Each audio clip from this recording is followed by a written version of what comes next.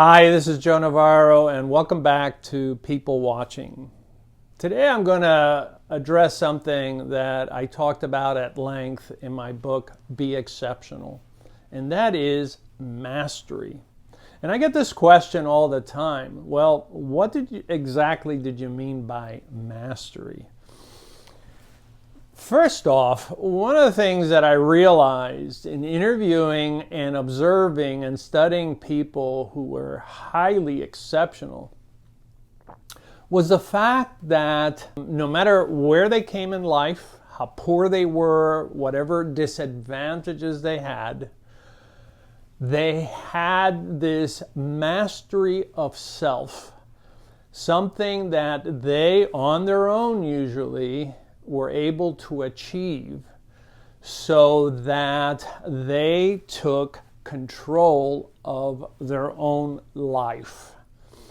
If you want to call that mastery, if you want to call that self-control, if you want to call that skill development, I think it all applies. I referred to it as mastery because it was breathtaking to see how these individuals, somebody like Benjamin Franklin, who arrives in Boston with just pennies in his pocket and becomes one of the most prolific inventors, publisher in American life.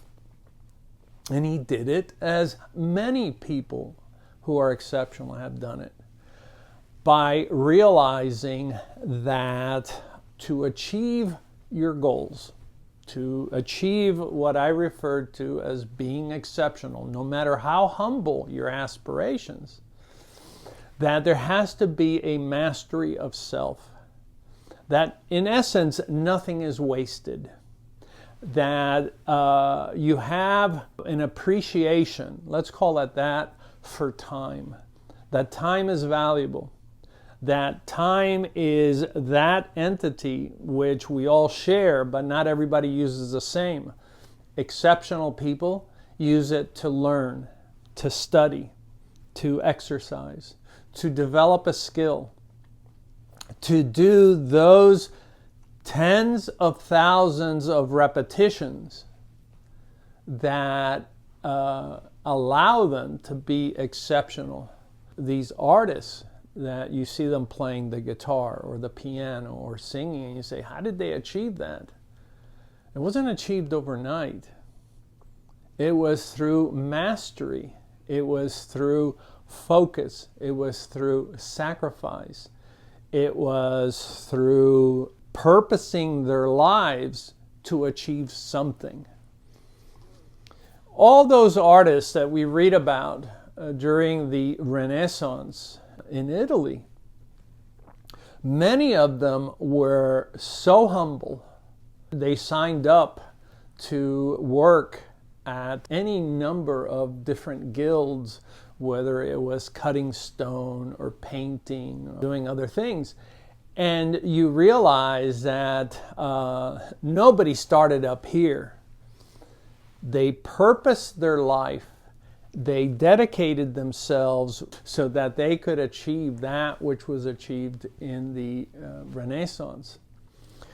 Extraordinary people, exceptional people, realize sometimes late in life, sometimes when they're in their 20s, sometimes even as children, that to be exceptional, you have to do exceptional things. Focus.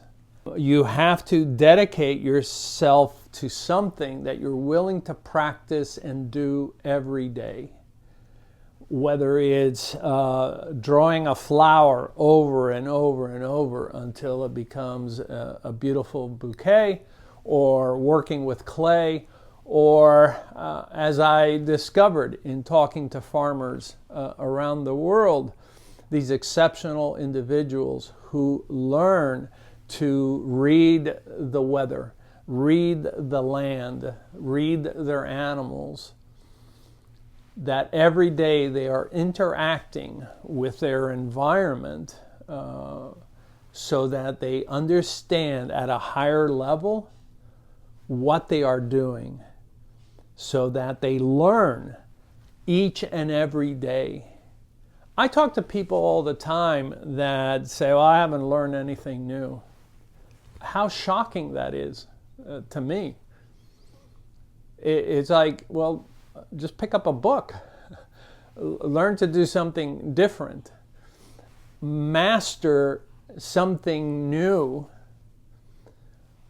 or elevate whatever you are an expert at to a different level.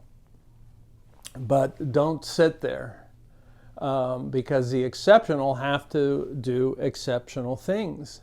The other area that I found that exceptional people had is this mastery of their emotions.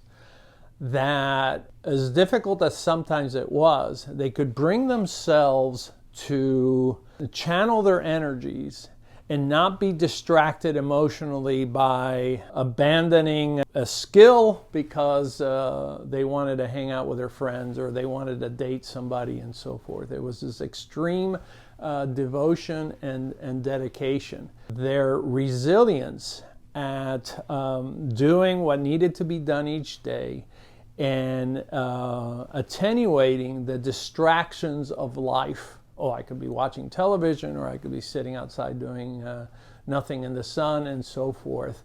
That emotional pull that can be very distracting to many of us, these individuals seem to resist because they have purposed their life very often. In fact, in this channel, I've talked about people who want to be confident. And I always say, start out by being confident about one thing. Just one thing.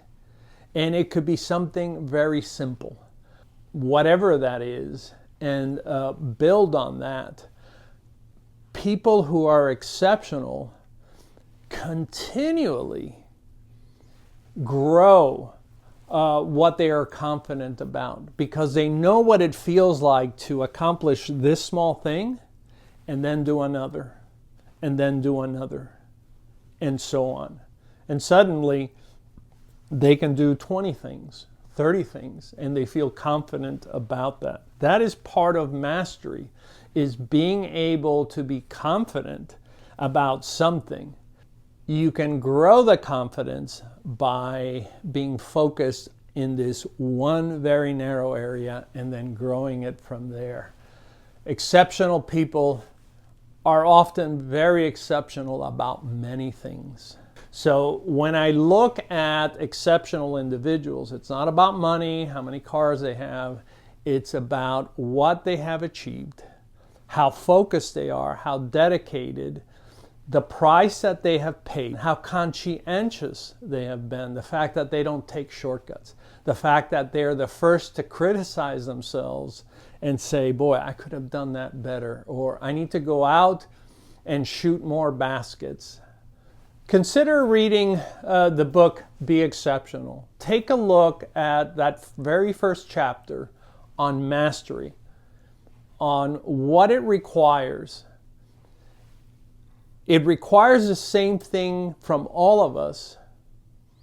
And what's interesting is we can all achieve it if we're willing to be focused, conscientious, pay the price, make the sacrifices, dedicate ourselves to something, and grow that confidence each and every day in what we can do and achieve. And I hope you'll enjoy reading the book, Be Exceptional.